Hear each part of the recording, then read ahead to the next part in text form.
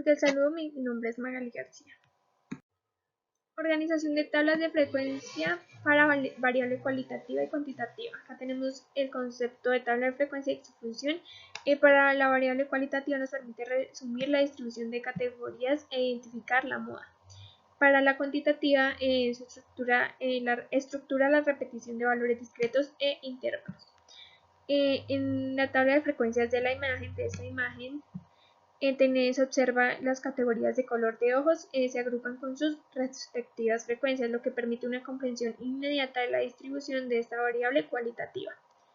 Y en la siguiente imagen nos muestran una tabla de frecuencia para una variable cuantitativa, discreta como el número de hijos, detallando cuántas familias tienen 0, 1, 2 o más hijos. Elaboración de la tabla de intervalos de frecuencia cuantitativa continua. La tabla de intervalos es fundamental y necesaria para gestionar datos continuos con amplios rangos, ejemplo, salario o alturas. La imagen es el ejemplo, nos ilustra los intervalos de frecuencia para una variable continua, mostrando los rangos de edad, su marca de clase y las frecuencias correspondientes. Interpretación y utilidad de frecuencias acumuladas. Las frecuencias acumuladas son esenciales ya que añaden una perspectiva posicional a los datos, facilitando el análisis de umbrales. Frecuencia absoluta como la muestra el número total de observaciones menores o iguales a un número. Frecuencia relativa como la es la proporción en porcentaje total de observaciones menores o iguales a un valor. Acá tenemos un ejemplo. Y en esta tabla se muestran las frecuencias acumuladas, absolutas y relativas para una variable de calificaciones de examen, demostrando cómo se acumulan los valores. Diferencia o asociación en los métodos para definir el número de intervalos. Se establece que los métodos para determinar el número de intervalos principalmente son la regla de la raíz cuadrada y la regla de Sturges. Están asociados por su objetivo común, que es encontrar el número de clases óptimo para la representación gráfica. Su diferencia es que la raíz cuadrada genera un número de intervalos mayor, clases más estrechas, ideal para muestras pequeñas. Y la regla de Sturges es preferida en la práctica porque genera un número de intervalos menor, clases más amplias, se asume distribución normal. En esta imagen se pueden mostrar las fórmulas de la regla de la raíz cuadrada y la regla de Sturges, comparando el número de intervalos resultantes para un mismo conjunto de datos. Y aquí en la otra tabla se puede ver un ejemplo de cómo quedan los intervalos. Métodos de presentación de datos para variables cualitativas. Está el gráfico de barras y el gráfico de pastel, que es el circular. Acá describimos en las diapositivas cada uno, y en los ejemplos podemos ver que el gráfico de barras ilustra la preferencia de sabores de helado, donde la altura de cada barra representa la frecuencia con que cada sabor fue elegido, permitiendo una comparación sencilla. Y el gráfico del pastel representa una distribución porcentual de los tipos de gastos, donde el tamaño de cada rebanada es proporcional a su contribución al total, visualizando las prioridades de gasto.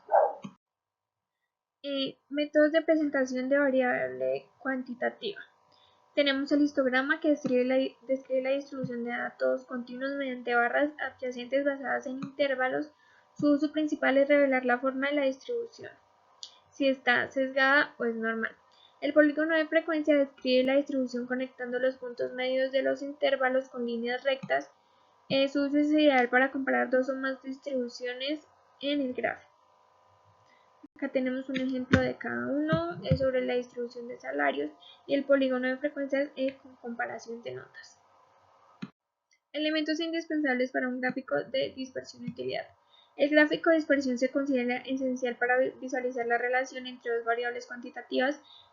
Sus elementos indispensables son el eje X, variable independiente o causa, y el eje Y, variable dependiente o efecto, y los puntos de datos X, Y y Y, que representan las observaciones. Su utilidad es determinar el tipo lineal o no lineal y la fuerza de correlación. Acá tenemos un ejemplo con horas de estudio versus nota final. El ejemplo nos demuestra que entre más horas de estudio, mayor calificación. Se demuestra una relación lineal positiva. Y presentación de datos para tendencias y líneas. El concepto clave es el análisis de series de tiempo, cuyo objetivo es describir y aislar el movimiento fundamental a largo plazo, la tendencia, de los datos registrados cronológicamente, separándolo de las fluctuaciones de corto plazo, estacionalidad y ruido. La tendencia es la dirección principal de los datos, ascendente, descendente o estable, y se utiliza para resumir visualmente el comportamiento histórico. Líneas de tendencia comunes, descriptivas, media móvil, regresión, línea simple, curvas de suavizado, polinómica. Estos son los métodos de presentación de datos para tendencias y líneas. Acá hay un ejemplo de una serie de tiempo donde se puede observar la tendencia, y acá tenemos una imagen que nos ilustra la aplicación de la media móvil para suavizar una serie de tiempo. Elementos importantes de una línea de tendencia. Los elementos clave son los puntos de conexión. Necesita al menos 2 puntos clave máximos o mínimos para ser dibujada. La dirección, que define el tipo de tendencia, puede ser alcista, bajista, lateral, y validez o fuerza. Aquí podemos ver un ejemplo de líneas de tendencia alcista, bajista y lateral, mostrando cómo conectan los puntos clave de los datos. Ahí están las tres. Métodos de estimación. Acá tenemos el tipo de línea de tendencia, la forma de los datos y el método de estimación común. En la lineal, el aumento o la disminución a un ritmo constante en línea recta. El método de estimación es la regresión lineal simple. Y así con las siguientes. Ahí tenemos en las diapositivas toda la información de los métodos de estimación. Acá tenemos un ejemplo del método más común. La imagen nos muestra cómo la regresión lineal busca la línea recta que mejor se ajusta a los puntos de datos, minimizando la tendencia entre los puntos y la línea. ¿Qué importancia tiene en la línea de tendencia la pendiente o tangente, que significa que tenga signo positivo, negativo o igual a 0?